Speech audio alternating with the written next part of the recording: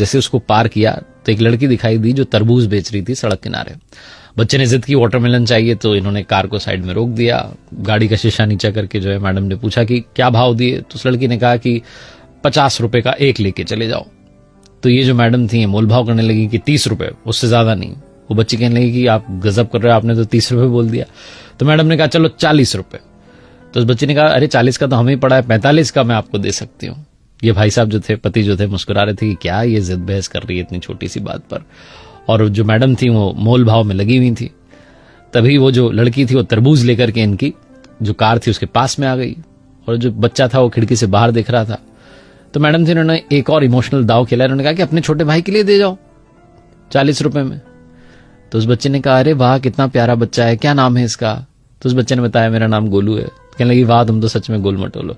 और तब जो है उसने वो तरबूज उसके बच्चे के हाथ में रखना चाहा, तो वो जल्दबाजी में, छोटा बच्चा कहां संभाल पाता, वो नीचे गिर गया। 5 किलो करीब का तो तरबूज रहा होगा, उसके 3-4 टुकड़े हो गए। बच्चा रोने लगा कि मेरा तरबूज गिर गया। तो बच्चे ने कहने लगे अरे मेरे भैया नाराज क्यों होता है, मैं दूसरा लेके आती हूँ। फटाफट से दूसरा लेकर के आ गई। अब ये मैडम ताव में इनको लगा कि 2-2 के पैसे लेगी। कहने लगी हम उस टूटे वाले के पैसे नहीं देंगे और इसके भी 40 रुपए देंगे, कितने का है ये?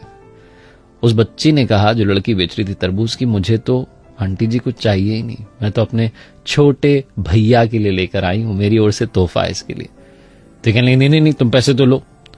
जो पतिदेव थे भी मुस्कुरा कर कहने लगे कि अरे तुम 100 रुपए लो दोनों तरबूज के, टेंशन ना लो। उस बच्चे ने कहा नहीं नहीं नहीं मैं अब पैसे नहीं लूंगी, आपने कहा ना मेरा भैया है, भैया से पैसे थोड़ा ना लेते हैं।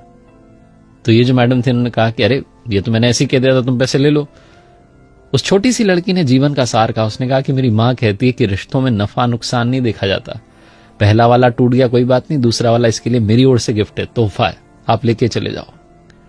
जब उसने ये बात कही तो इन मैडम ने पूछा कि तुम्हारे परिवार में कौन कौन है, तुम्हारा कोई भाई है? उस लड़की ने कहा मेरा भाई तो, और ये कहकर के रोने लगी कि कुछ समय पहले ही उसकी जो है डेथ हो गई, बीमार हो गया था, हम हॉस्पिटल ले जाते तब तक उसने दम तोड़ दिया, 2 साल का था वो। मुझे तो इसमें अपना भैया नजर आया, आप लेके जाओ तरबूज।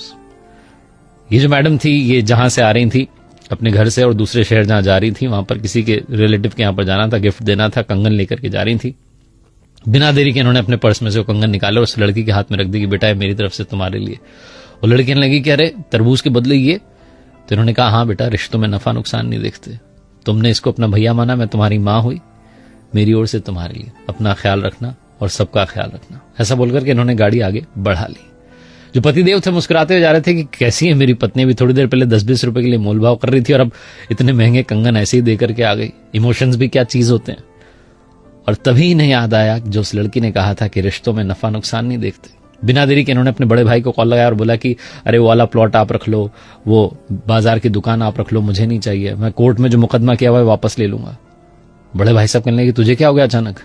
तो इन्होंने कहा कि वो भाई साहब मैंने सुन लिया है, अब याद रख लिया है कि रिश्तों में नफा नुकसान नहीं देखते।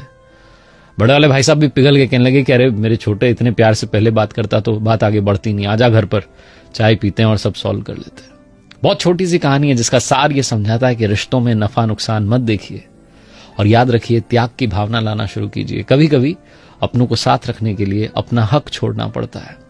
अगर आप घर में बड़े हैं तो आपने कई बार ये महसूस किया होगा कि जब आप अपना हक छोड़ देते हैं छोटे भाई के लिए, छोटी बहन के लिए, तो